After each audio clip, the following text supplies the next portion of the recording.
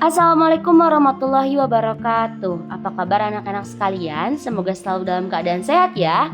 Kembali lagi bersama Bu Aina di pelajaran IPA. Kali ini kita akan melanjutkan pelajaran tentang getaran dan gelombang.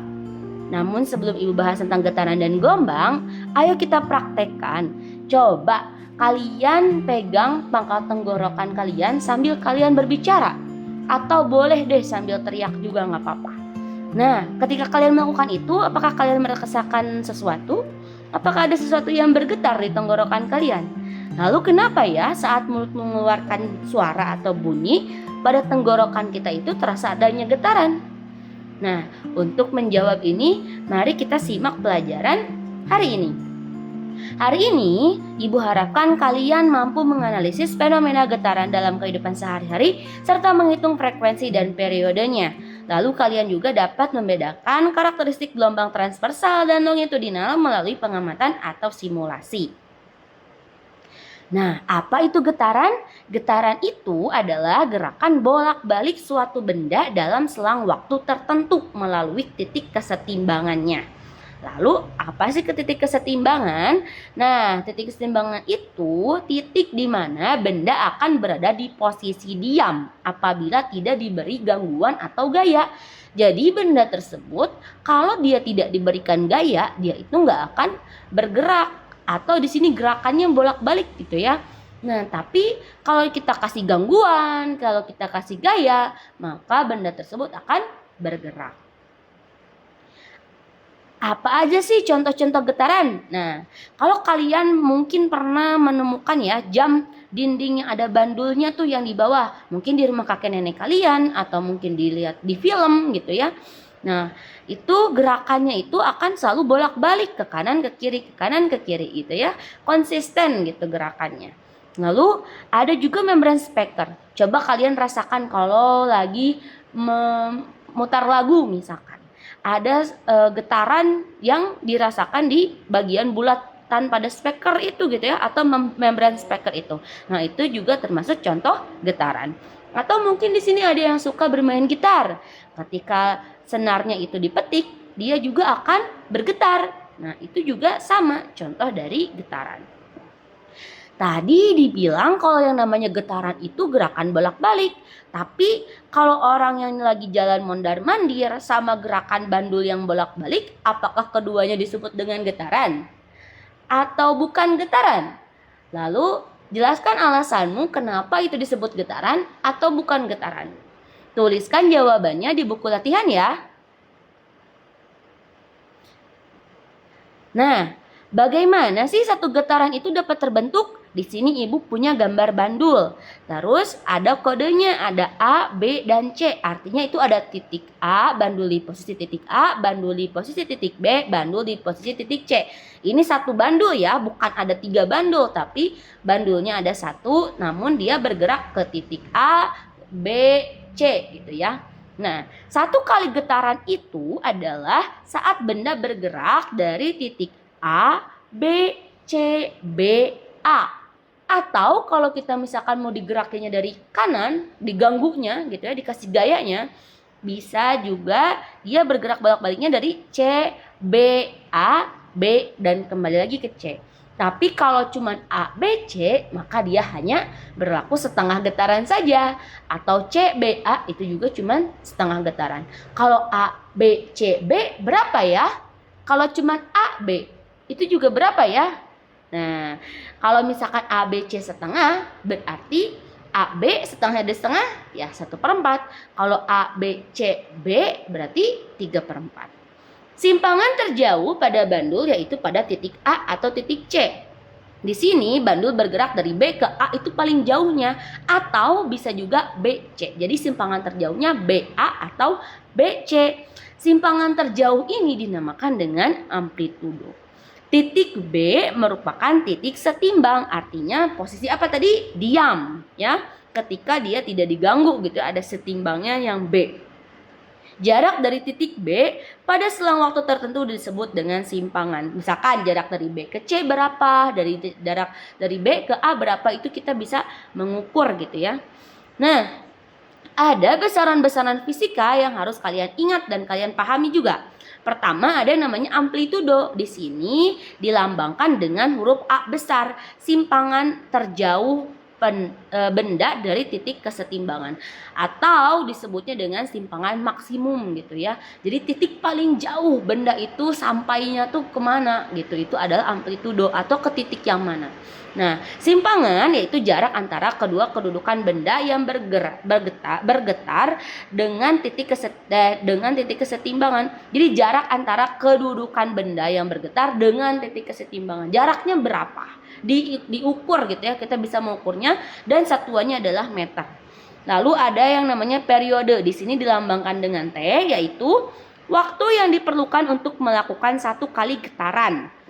Satuannya second. Adapun persamaannya persamaannya di sini ada T besar sama dengan T per N, atau bisa kita hafalkan TNT atau TTN gitu ya, boleh. Nah, di sini T besar periode, satuannya second, sama dengan T waktu, juga satuannya detik, atau di sini S gitu ya, detik atau second, dibagi dengan jumlah getarannya ada berapa. Nah, yang terakhir ada namanya frekuensi. Frekuensi itu banyaknya getaran tiap waktu, satuannya Hz ya. F frekuensi F kecil sama dengan N, jumlah getaran dibagi dengan T waktu, satuannya detik. Untuk memudahkan kalian mengingat rumusnya, di sini Ibu memberikan segitiga gitu ya, ada periode, frekuensi, lalu ada hubungan antara periode dan frekuensi. Kalau frekuensi dengan periode, di sini F sama dengan 1 per T ya rumusnya. Nah, contoh soal, sebuah bandul bergetar 40 kali dalam 20 detik. Berapakah frekuensinya? Di sini F yang ditanyakan ya. Kita masukkan F sama dengan N dibagi T. N itu adalah tadi bergetar 40 kali. Banyaknya 40. Berarti N-nya itu 40 dibagi dengan 20. Waktunya berapa? 20 detik sama dengan 2 Hz. Selanjutnya, nah, lakukan latihan 1.1 di buku latihan kalian. Nanti Ibu share juga soalnya. Di sini ada 5 soal. Tadi yang nomor 1-nya udah kita kerjakan ya. Nomor 2, nomor 3, nomor 4, 5, dan 6. Kerjakan, tulis juga soalnya. Sama yang tadi nomor 1 juga ditulis soalnya. Lalu dijawab ya di buku latihan kalian. Nah, kita lanjutkan. Ada yang pernah lihat percikan air, atau mungkin ada yang suka iseng lempar-lempar batu gitu ya ke kolam atau ke sungai gitu. Ketika kalian melempar batu atau melihat percikan air itu, nah kira-kira ada sesuatu yang terbentuk nggak di permukaan air kolam atau air sungai tersebut? Nah, di sini kita bisa lihat ya, awalnya tetesan air itu jatuh, lalu ada yang terbentuk ke samping-sampingnya, atau biasanya kita disebut apa itu? Gelombang. Ada gelombang yang terbentuk. Nah, gelombang itu apa sih? Gelombang itu adalah getaran yang merambat dan mentransfer energi tanpa memindahkan mediumnya. Getaran membutuhkan medium, ada juga yang tidak membutuhkan medium. Medium itu apa? Zat perantaranya. Nah, zat perantaranya ada yang melalui udara, zat padat, dan zat cair. Gelombang yang memerlukan medium dinamakan dengan gelombang mekanik. Adapun gelombang elektromagnetik yaitu gelombang yang merambatnya itu tanpa medium atau zat perantara. Dari air yang tadi ya, ketika air itu jatuh atau benda batu itu jatuh ke permukaan air, dia akan merambat gelombangnya. Nah, kalau misalkan di situ kan batu, benda apa tuh? Batu itu benda padat ya, terus ada airnya. Airnya itu kan ya zat cair ya tentunya. Berarti dia adalah mediumnya sampai dia terbentuk gelombang di sekitarnya. Ketika batu jatuh ke dalam kolam, dia itu bawa energi potensial dari ketinggian tertentu ditambah dengan energi kinetik akibat dilempar oleh tangan kita gitu ya.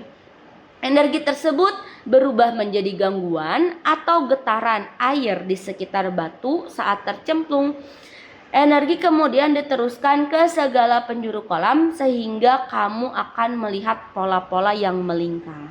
Ya, jadi sebetulnya si batu itu bawa energi, tapi setelah itu dia masuk ke air dan si getarannya itu merambat gitu ya, diteruskan ke segala penjuru kolam sehingga ada yang terbentuk pola-pola lingkaran di sekitarnya. Makanya itu tadi si gelombang air itu termasuk gelombang mekanik atau elektromagnetik ya. Ayo kita cari tahu. Tulis jawabannya di buku latihanmu. Berikan masing-masing 3 contoh gelombang mekanik dan gelombang elektromagnetik. Lalu soal kedua, ketika petir terjadi, apa yang pertama kali kamu rasakan? Kilatannya atau bunyinya? Jelaskan mengapa hal tersebut terjadi berdasarkan jenis gelombangnya. Tadi kan ada gelombang elektromagnetik, ada gelombang mekanik. Nah, ketika terjadi petir itu coba jelaskan dengan jenis, termasuk jenis apakah gitu ya petir tersebut. Cahayanya kan kalau petir ada kilatannya, ada juga bunyinya gitu ya. Mana sih yang duluan dirasakan atau duluan muncul gitu ya, bunyinya atau justru cahayanya? Tuliskan penjelasannya cukup 1 atau 2 paragraf atau dalam bentuk poin juga nggak apa-apa ya di buku latihan. Nah, ada jenis-jenis gelombang mekanik. Ada yang namanya gelombang transversal, ada juga longitudinal. Yang transversal dia merambat tegak lurus terhadap arah getarannya. Sedangkan gelombang longitudinal dia merambat searah dengan arah getarannya. Kalau misalkan yang dinamakan tegak lurus itu, nah seperti ini sumbunya ya. Tapi kalau ini searah dengan arah getarnya ke sana dan merambatnya juga kan ke sana gitu ya. Jadi kalau searah itu namanya longitudinal, tapi kalau yang tegak lurus ya, tegak lurus itu namanya transversal.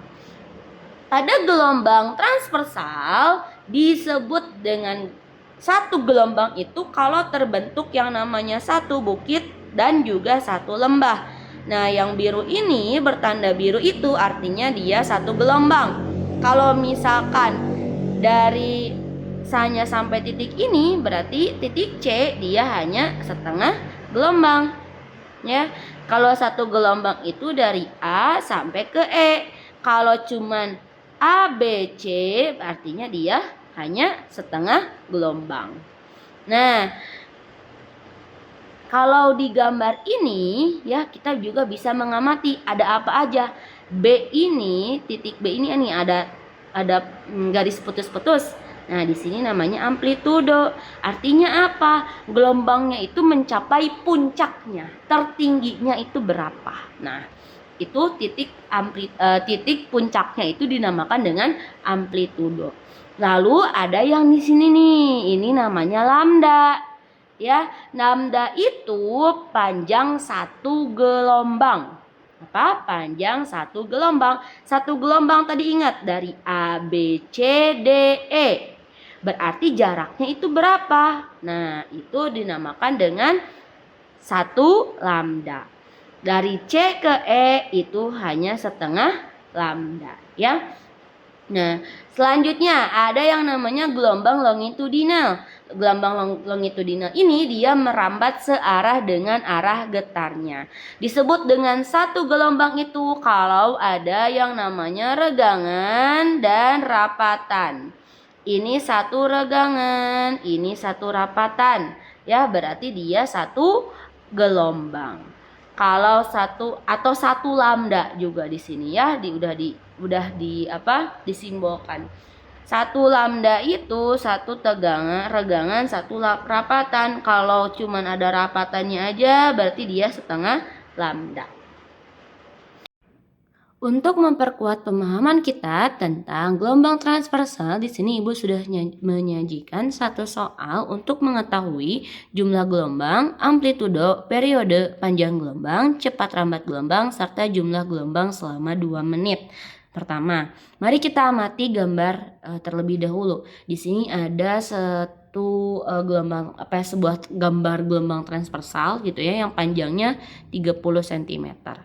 Nah, lalu ada titik A dan titik sampai dengan titik D itu panjangnya 30 cm. Di sini ada sumbu nih, detik ini menunjukkan waktu. Ada 0,75, 1,5 sama 2,25.